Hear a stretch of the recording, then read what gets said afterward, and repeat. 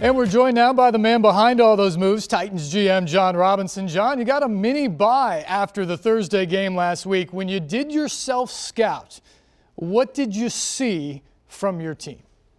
I think we certainly done some great things this season. We're 6-3. We're kind of lumped in there with a lot of teams around the league right now. Certainly had our chances in the 3 games that we dropped. Got some things to clean up, but looking forward to the second half, if you will, of the season. Special teams have cost you recently. First off, how long do you expect to be without Pro Bowl punter Brett Kern? And how much confidence do you have in Stephen Gostkowski despite the 10 missed kicks? I think with Brett, we'll see how it goes. He's working with our training staff on a daily basis. He's feeling good. Steven's made some big kicks for us. He's won a couple games for us. It's a matter of consistency with him. And like I told him, I was like, listen, I'm no expert in kicking coaching, but get a foot on the ball, get it through there, and let's go. You've made more moves wheeling and dealing in season this year than ever before, particularly on defense. How frustrating is it trying to fix something midstream with the limited options that are out there?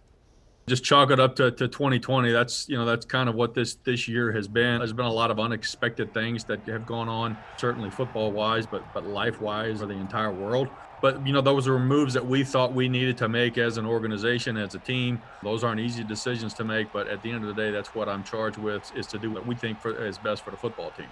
Your focus obviously a lot on personnel, but at the end of last season, Dean Pease, the legendary defensive coordinator, retired. Mike Vrabel decided not to hire a new defensive coordinator, but to split duties between himself, Shane Bowen, and the rest of the defensive staff. He's been adamant that the structure on defense is not the problem. Do you agree with that assessment? Yeah, I'm not going to get into any X's and O's. Those are internal discussions that Coach Vrabel and I have, and I know his staff works extremely hard. It's a great staff, and at the end of the day, it's about communication and execution on the field. Now, the good news offensively, you were able to lock up Ryan Tannehill and Derrick Henry for 4 years each in the offseason. When you look out there each Sunday, Jon, and see 17 and 22 leading your offense, how good do you feel not just about the rest of this season, but the foreseeable future? There's certainly key pieces to what we do for our football team on the offensive side. Glad they're here. They're great teammates. They're leaders on our football team, but it takes all 11 guys on offense for us to put points on the board. You mentioned the up and down nature of 2020. The biggest bump in the road, obviously, was the 11-day shutdown of St. Thomas Sports Park due to what ultimately became 24 positive tests. What was the most difficult part of that ordeal for you trying to manage the team through it? It was the mornings, every mornings, the phone going off at 4 a.m. and seeing we had more positives coming in and just, asking when is it going to stop? Constant communication with the league, explaining what we had done, adhering to the protocols, trying to make our building safe. At the end of the day, we're dealing with a microscopic bug that's found its way into a lot of people, and we've done our best to help the league and enhance the protocols to mitigate the risk. It's unfortunate that it happened to us, but I'm proud that we were able to help the league enhance the protocols for all the other teams. Jon, I know you take so much pride in being the general manager of the Titans. How much did the criticism of you and of the organization during that time sting, and do you feel at all vindicated by the fact the investigation showed no negligence? I don't know if vindication is the word. That's the world we live in. That's what I signed up for. The social media world, that can be a pretty dark place. There's a lot of people that made a lot of comments about our organization, about me, about Coach Vrabel, that were really unfounded. They really didn't know what's going on behind the scenes, what we were doing and what we had done. But that's the world that we live in now. It's unfortunate, but that's what it is. Take it from me, stay off social media as much as humanly possible during these times. But unfortunately, COVID-19 is not going anywhere. So how have you been able to keep up with the college scouting part of your job?